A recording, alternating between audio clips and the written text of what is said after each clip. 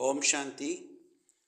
आज का मनसा सेवा में 14 जनवरी 84 का मुरली का आधार से हम देखेंगे। सदा सेवा केंद्र का वातावरण ऐसा शक्तिशाली हो जो वातावरण भी सर्व आत्माओं के लिए सदा सहयोगी बन जाए। शक्तिशाली वातावरण कमजोर को भी शक्तिशाली बनाने में सहयोग होता है। चारों और सर्व ब्राह्मण परिवार की आत्माओं के आगे सर्व प्रकार के वेदनाओं का मिटाने के लिए जैसे पहले मास में याद वह लगन की अग्नि को प्रज्वलित किया है, ऐसा ही अव्यक्त वातावरण बनाना है। एक तरफ वरदान, दूसरी तरफ विधन, दोनों का एक दूसरे को साथ संबंध है। सिर्फ अपना प्रति विघ्न विनाशक नहीं बनना है, लेकिन अपना ब्राह्मण कुल की सर्व आत्माओं के प्रति विघ्न विनाशक करने के लिए सहयोगी बनना है। ऐसा स्पीड तेज करो।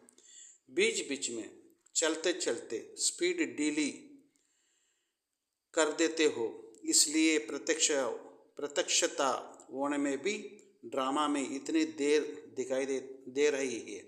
तभी तो स्वयं में भी प्रत्यक्ष कर सकेंगे। अपने में सर्वशक्तिवान का प्रत्यक्ष रूप अनुभव करो। एक दो शक्ति को नहीं, सर्वशक्तिवान का मास्टर सर्वशक्तिवान हो, ना कि दो चार शक्तिवान की संतान हो। सर्वशक्तिवान का प्रत्यक्ष करो। अभी तो वाणी से बदलने का कार्य चल रहा है। अभी वृत्ति द्वारा वृत्तियाँ बदल ले, संकल्प द्वारा संकल्प बदल जाए।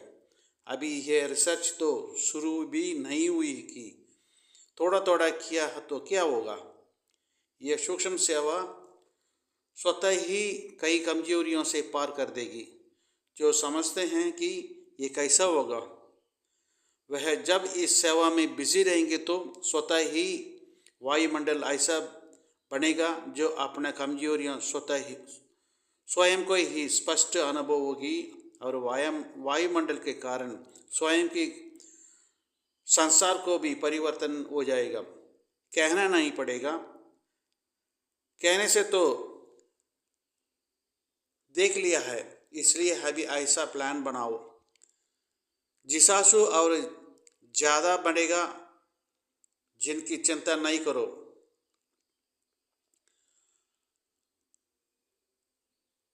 मधोगरी अर्थात संपन्नता की बहुत बढ़ेगी, इसलिए भी चिंता नहीं करो। मकान भी मिल जाएगी, इसको भी चिंता नहीं करो। सब सिद्धि हो जाएगा। यह विधि ऐसा है जो सिद्ध स्वरूप बन जाएगा। वाणी द्वारा भी कहाँ तक सेवा करेंगे, कितनों को करेंगे। अब तो रूहानी वाइब्रेशन, अशरीरीपन की स्थिति का वाइब्रेशन, न्यारा और प्यारापन का शक्तिशाली वाइब्रेशन वायुमंडल में फैलाओ। सेवा की तीव्र गति का साधन भी यही है। दूसरे की सेवा करने से पहले स्वयं इस विधि में संपन्न होंगे, तब सेवा की सिद्धि को प्राप्त करेंगे। अब वाणी में आना सहज हो गया है और दिल में से भी करते हो, क्योंकि अभ्यास पक्का हो गया। ऐसा ही यह अभ्यास भी नेचुरल हो जाएगा। इस नेचुरल अभ्यास से ही नेचर बदली होगी, चाहे मनुष्य आत्माओं की नेचर, चाहे प्रकृति। समझो, तपस्या का वाइब्रेशन शिव में और तीव्र गति से फैलाओ, विश्व में तीव्र गति से फैलाओ। जो सुनाया कि योग के प्रयोग और अनुभव की प्रयोगशाला का प्रयोग की गति को बढ़ाओ। वर्तमान समय सर्व आत्माओं का आवश्यकता है आपके शक्तिशाली वाइब्रेशन द्वारा वायुमंडल द्वारा परिवर्तन होने की, इसलिए प्रयोग को और बढ़ाओ। तपस्या में बैठना भी सेवा है। लाइट हाउस बनकर शक्ति की किरणों को द्वारा वायुमंडल बनाना है। तपस्या के साथ मनसा सेवा जुड़ी हुई होनी चाहिए, अलग नहीं तो तपस्या क्या करेगा। श्रेष्ठ आत्मा ब्राह्मण आत्मा हो गया हूँ। अब तपस्या अर्थात स्वयं सर्वशक्तियों से संपन्न बन दृढ़ संकल्प दृढ़ स्थिति द्वारा विश्व की सेवा करना है। सिर्फ वाणी की सेवा नहीं रहती, अपने अपने स्थान की सेवा तो करते हो, लेकिन अभी बेहद का विश्व कल्याणकारी बनो। एक स्थान पर बैठे मनसा सेवा द्वारा वायुमंडल और वाइब्रेशन द्वारा विश्व सेवा कर सकते हो। ऐसा पावरफुल वृत्ति बनाना जिससे वायुमंडल बने। लास्ट समय के प्रमाण वर्तमान मनुष्य आत्माओं का वाणी की नहीं, लेकिन श्रेष्ठ वाइब्रेशन, श्रेष्ठ वायुमंडल जिससे साक्षात्कार सहज हो जाए, इसकी ही अभी आवश्यकता है। आजकल मनसा का प्रभाव जितना बढ़ता है उतना वाणी का नहीं बढ़ता है। वाणी एक शब्द बोलो और वाइब्रेशन 100 शब्द का फैलाओ, तभी असर होगा। शब्द तो कॉमन हो गया है ना, लेकिन याद शब्द का साथ जो वाइब्रेशन शक्तिशाली है वह है और कहाँ नहीं होता है, ये यहाँ ही होता है। ये विशेषता करके दिखाओ। वर्तमान समय के प्रति गति प्रमाण अभी सेवा के भी फास्ट गति चाहिए। वो कैसे होगी? वाणी द्वारा, संपर्क द्वारा तो सेवा कर रहे हो, मनसा सेवा भी करते हो, लेकिन अभी चाहिए थोड़े समय में सेवा की सफलता ज़्यादा हो। सफलता अर्थात रिजल्ट। उसकी विधि है कि वाणी के साथ साथ पहले अपनी स्थिति और स्थान की वाइब्रेशन पावरफुल बनाओ। स्वयं प्रति शांति का यह शक्ति का अनुभव किया है, यह कोई बड़ी बात नहीं, लेकिन अपना याद की शक्ति द्वारा आप विश्व के वाइब्रेशन द्वारा वायुमंडल बनाओ। दिन प्रतिदिन जैसा संपूर्णता का समय नज़दीक आता जाएगा तो दुनिया में टेंशन और भी बढ़ेगा, कम नहीं होगा। खींचातान के जीवन का चारों ओर अनुभव होगा, जैसे कि चारों ओर से खींचा पानी होती है।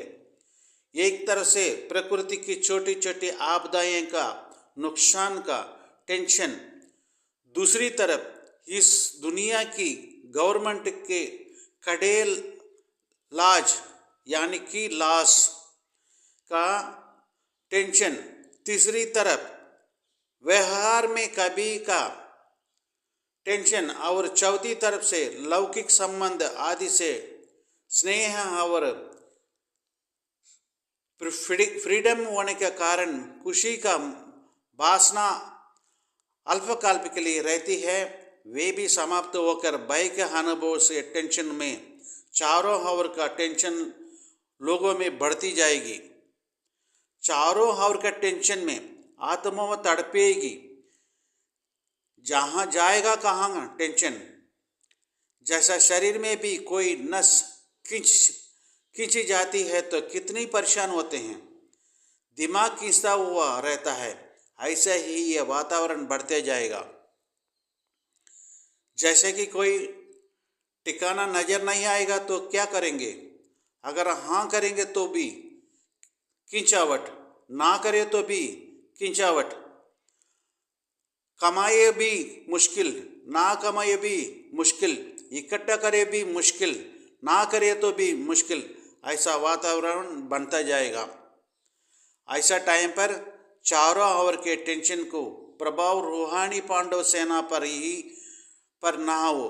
स्वयं को टेंशन में आने का समस्या ही ना भी हो, लेकिन वातावरण का प्रभाव कमजोर आत्मा पर सहज ही हो जाता है। भाई का सोच की क्या होगी, कैसे होगी, इन बातों का प्रभाव ना हो, इसके लिए कोई ना कोई बीच बीच में ईश्वरीय याद की यात्रा के विशेष प्रोग्राम मधुबन द्वारा अनऑफिशियल जाते रहना है, जिसके लिए आत्मा का के लिए मजबूत रहेगा।